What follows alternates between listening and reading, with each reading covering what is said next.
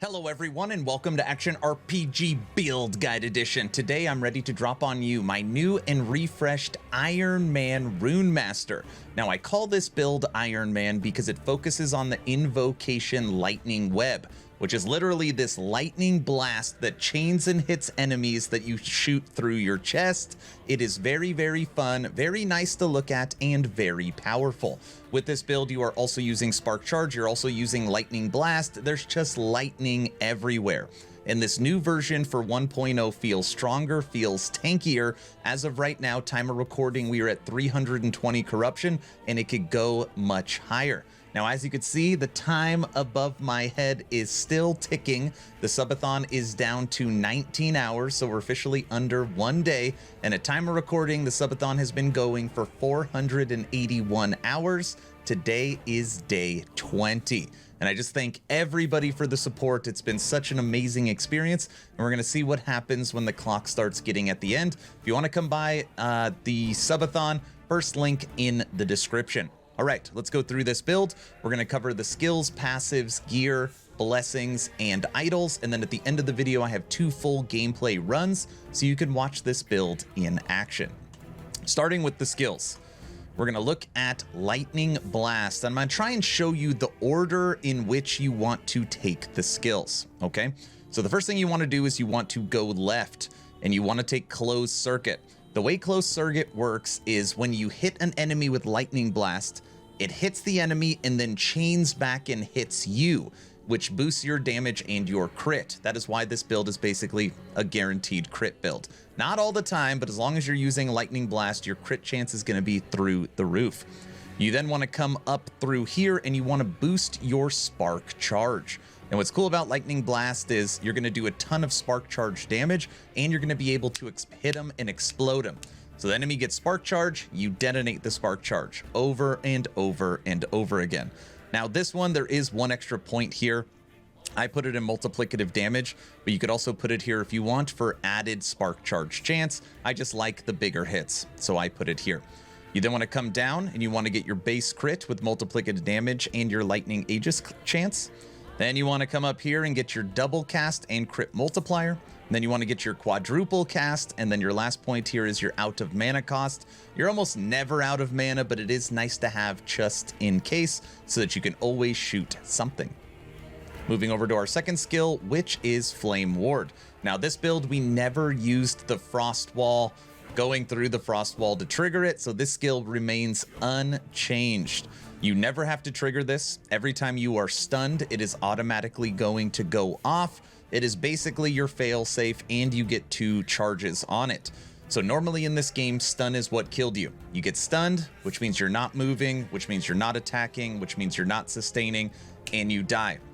So the way we have this set up is you will be stunned, you'll immediately trigger your Flame Ward, which gives you a boost to your survivability, and you can do that 2 times.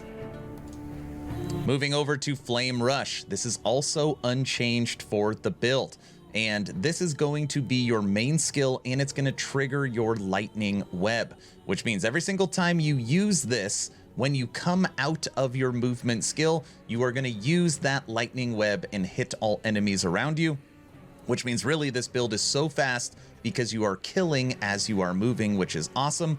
And this gives you some damage reduction. It gives you some ward. We convert this to lightning. And then we come down here. This is the main node you need, which is Runic invocation on exit. So you want to come down and snag this first. Then you want to turn it lightning. And then you want to come up and around. And then the final points you put are over here for speed and range, and then a little extra damage and area. These last 3 points you don't really need. You really only need 19 points. You can go up here. You could play with it however you want to do. I just put it on damage and area. Moving over to Runic Invocation.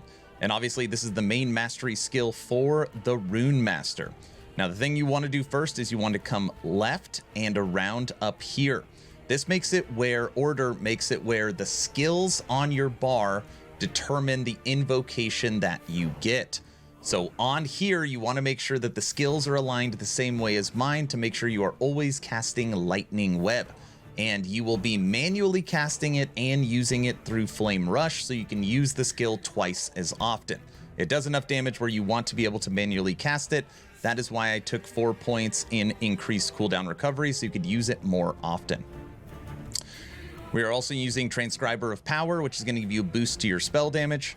We're going to be boosting your shock chance and your base crit rate. Again, almost a guaranteed crit build. We're coming over here and we're getting damage per rune and damage per type of rune. And then the last couple points, faster channeling and elemental penetration per intelligence.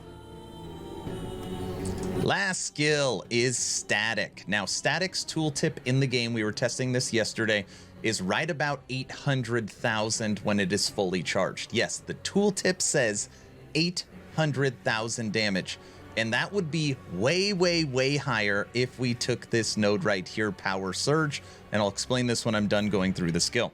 You just want to go right around. You want to take your lightning damage, you want to take your base crit, you want to take your additional enemies hit per charges, and you just want to come right around and snag all these. Your final 4 points is your charge rate per movement, and then gaining haste when you discharge. This will normally give you up to 4 seconds of haste, which is nice for movement speed. Now, this point right here, you could do this.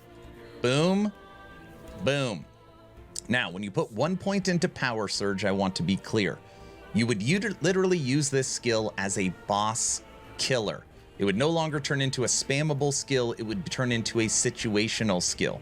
The reason why that is because Static would now cost you 200 mana every time you use it. That being said, you would have an absolute monster DPS. I like using the skill more often, so I do not take Power Surge, but if you want to have a literally 2 million damage hit when you need it, you could totally do that with Power Surge. Personal preference. And obviously, if you go that route, now in Lightning Blast, this out of mana cost becomes even more important because when you're negative mana, you'll still be able to shoot. So those are the skills. Moving over to the passives. In the base tree, I've kind of balanced this out a little bit, and I'll explain. I needed to get a little more mana to get over 300. The key here is 300 mana. So I had to put a couple extra points into Scholar because I needed the mana. But basically, you can balance these two as you see fit. Then you want 5 into Mage Flurry, and you want 5 into Knowledge of Destruction. Nothing in Spellblade. 25 in Sorcerer. And we're taking Arcane Momentum. We're taking Calculated Destruction. And we are boosting our lightning damage. And we're boosting our lightning penetration and leech. So it's nice that Sorcerer gives us a nice little boost here for Runemaster. The other 68 points... we are boosting our ward and our life so that you are using a Twisted Heart for this build, so you'll have some decent ward generation. You're getting health and damage reduction. You're getting more spell damage multiplicative. We are coming over here, Never Late, one of the best nodes in the entire game. This is crit chance and spell damage. Then we're gaining it as a traversal skill. We are getting a buff to our cast speed. You want to use a wand with this build, so you get an extra 72 crit multiplier. Over here, we're taking the intelligence and the cooldown. For survivability, we're taking mana, endurance, and mana gained as endurance threshold. We are grabbing our rune word Hurricane. And lastly, 5 points on here onto Jagged Veil. You actually have 1 extra point. You only need 4 here. So you can come over, you can grab some extra mana if you need it. You can grab some resistance if you need it. I just put it up here as a little extra ward on crit since we're critting so often. So those are the passives. Moving over to the blessings. We're using Leech, keep our life up. Lightning Shred. And again, you can switch Lightning Shred to mana if you need it. If you want to boost up your mana. Right now, I just left it in Lightning Shred because I didn't need it, because you'll see that we're at 300. All resistances, endurance, and physical resistance. Moving over to idols, these are the 4 you want. Increase lightning damage while you have Lightning Aegis. You're going to get that through Lightning Blast. And increase lightning damage, the effect is doubled if you have 300 mana. Again, 300 mana, key here. And then I just took some mana and health and a little bit of resistances to help with poison. Now, looking at this build, I would say there is 1 required unique for it. And that is a fragment of the Enigma. This is a level 46 item. It is very, very easy to find. And this is what's going to boost your spark charge as a lightning build. Very easy to find, but it is required. We are also using a Twisted Heart. This is going to give you 1 to skills. It's going to give you cast speed, and it's going to give you a lot of survivability. Not required, but I do think it is best in slot. Now we'll take you through each item one at a time. Helmet, level to Lightning Blast and Critical Strike Multiplier. Amulet, we took an Oracle Amulet with Crit Strike Multiplier, Lightning Health. Armor, Lightning Critical Strike Multiplier, Intelligence, Health. Belt, this is the new Spider Silk Sash. It gives you some resistances on the implicits. Lightning, Mana Regen, Life. Boots, Intelligence, Movement Speed, Life, Crit Avoidance. We took Arcane Bracers because we needed the base mana, again, to get over 300. Cast Speed, Intelligence, Frailty, and Hybrid Health. Ring, Intelligence, Lightning. Ring, Intelligence, Lightning. And then lastly, the weapon. We took Cast Speed, Crit Strike Multiplier, Lightning Penetration, and Chill Chance. And again, you want a Crystal Wand to try and get you over that 300 mana. And there's lots of stuff that's good on here. You could take lightning damage, you could take spell damage, you could take cast speed, you could take Crit Strike Multiplier. There's a lot of good weapon affixes you can grab, but make sure you get the new affix, which is in the suffix, which is Lightning Penetration. So that is the gear. You've seen the blessings, you've seen the idols, you've seen the gear, you've seen the passives, and you've seen the skills. So now all you need to do is check out the gameplay. Iron Man is stronger than ever. It's an absolute blast to play. It's not using any mechanics that are going to get nerfed or any bugs or anything like that, so you are safe to play it and not have to worry. At least fingers crossed, there's nothing in there that I can see. And I think it's a really fun build, especially if you like lightning, especially if you like speed, if you like fast clears and being able to push endgame. So I highly recommend it. All the information is in the description. I'm done. Hopefully you were entertained or at least learned something. Aaron.